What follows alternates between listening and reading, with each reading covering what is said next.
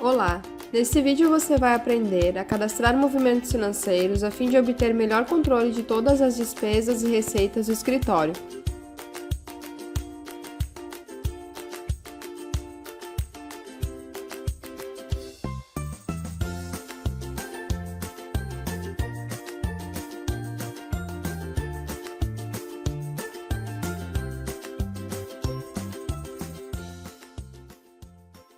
Quanto às 4 possibilidades de cadastro que o sistema disponibiliza, as mesmas funcionam exatamente da mesma forma, sendo a única diferença nos tipos, entrada e saída do caixa, que no caso tem os campos de vencimento e pagamento preenchidos automaticamente, sempre com a data corrente. A princípio, essas duas funções possibilitam pagamentos no ato, ou seja, aqueles que não foram programados. É válido lembrar que todos os campos que possuem um ícone de lupa são personalizáveis, ou seja, o usuário pode deixar pré-definido os valores que serão exibidos em cada campo. No quadrante tipo, o usuário deve selecionar a opção desejada, sendo débito para pagamentos e crédito para recebimento de pagamentos. No campo descrição, o usuário especificará a natureza do movimento financeiro, como honorários, aluguel, conta de luz e outros. No campo tipo de documento, o usuário definirá a natureza do documento, como CPF, RG, CNPJ e outros. Como exemplo, o usuário pode gerar um recibo com os dados de CPF do credor ou efetuante. O campo número do documento será preenchido de acordo com o que foi definido no campo tipo de documento. No campo tipo de pagamento, o usuário irá definir a forma como será efetuado o pagamento, como cartão de crédito, boleto, depósito bancário e outros. No campo tipo de despesa, o usuário pode definir, por exemplo, se o movimento financeiro é uma despesa interna ou externa. Nos campos valor, multas, juros e desconto, o usuário deve preencher os valores já calculados. Ou seja, no caso dos campos multas, juros e desconto, não há possibilidade de inserir uma porcentagem, mas somente os valores já calculados. Todos esses valores irão refletir e compor o valor no campo valor total. O campo classificação contábil permite ao usuário contabilizar de forma organizada e padronizada os movimentos financeiros, gerando demonstrativos gerenciais dos resultados nos períodos desejados. Basicamente, essa classificação é dividida em receitas e despesas, podendo então o administrador financeiro do escritório desdobrá-la em diversas opções. No campo categoria, o usuário pode criar uma segunda forma de organizar os movimentos financeiros. No campo conta, o usuário irá vincular uma conta bancária já cadastrada nas configurações do sistema, a fim de que o mesmo faça um controle de saldo. No entanto, esta conta bancária não tem ligação alguma com qualquer banco, sendo apenas uma réplica de uma conta real do escritório. O campo usuário responsável possui 3 funcionalidades. Pode-se definir alguém para ficar monitorando o movimento financeiro. O usuário incluído neste campo tem a possibilidade de receber notificações com os dados do movimento financeiro antes da data de vencimento. O usuário incluído neste campo pode ser comissionado de acordo com o valor contido no valor do campo total, lembrando que esta comissão é fixa e por usuário. Caso haja um valor de comissão, o mesmo será exibido no campo comissão do responsável.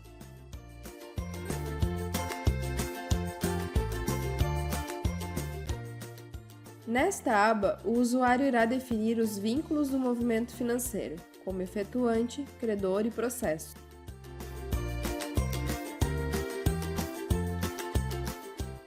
Nas abas cheque e cartão, o usuário poderá informar os dados referentes a esses tipos de pagamento.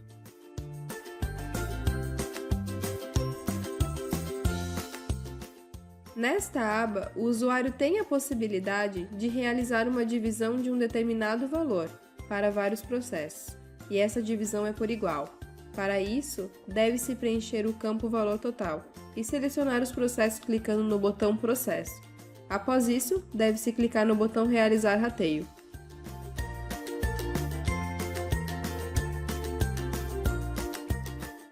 No campo Alerta ao abrir, o usuário pode criar uma mensagem que será exibida sempre que o movimento financeiro em questão for aberto. É uma forma de lembrete para as pessoas que vão realizar qualquer alteração ou consulta no registro. Por padrão, o Lawyer Web envia notificações de movimentos financeiros apenas para o usuário responsável. No entanto, o campo de e-mails adicionais possibilita enviar e-mails de notificação para outros, como clientes. Para isso, deve-se digitar o e-mail ou clicar no botão Adicionar e-mails, e assim pesquisar o e-mail desejado. O usuário pode enviar manualmente um e-mail de notificação para os envolvidos, caso deseje. Lembrando que há um tempo de espera de 30 minutos até o disparo do e-mail. Para isso, deve clicar no botão Enviar. Caso contrário, basta aguardar o envio automático padrão do sistema. Padrão este que pode ser alterado. Para isso, o usuário deve ir em Configurações, Opções do sistema, clicar na aba Notificações e alterar as opções referentes.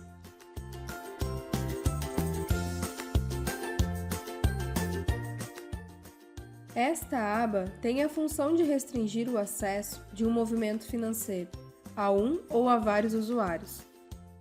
Para definir quem terá acesso ao movimento financeiro, o usuário deve clicar no botão Incluir e selecionar o usuário ou grupo de usuários que terão acesso. Já para os usuários que não forem incluídos nesta aba, o sistema não disponibilizará nenhum tipo de informação, mesmo que estes tentem realizar algum tipo de consulta ou filtro.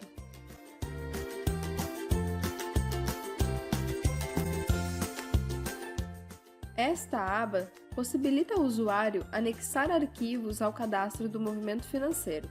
Todo tipo de arquivo pode ser anexado, como documentos, imagens, vídeos e áudios. No entanto, o tamanho máximo permitido por arquivo é de 100 MB. Para anexar um arquivo, o usuário deve clicar no botão Incluir e selecionar o arquivo desejado.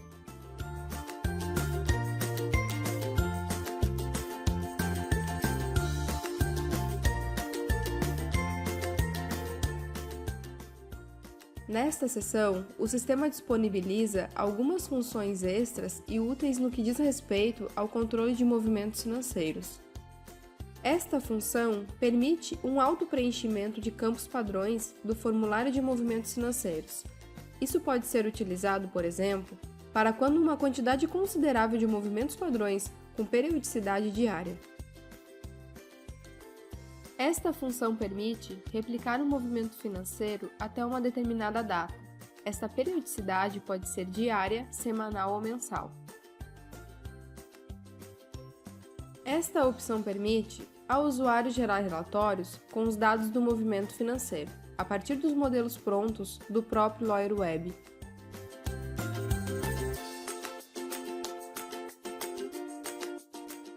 O botão Recibo permite ao usuário gerar um documento com os dados de um movimento financeiro, conforme o exemplo a seguir.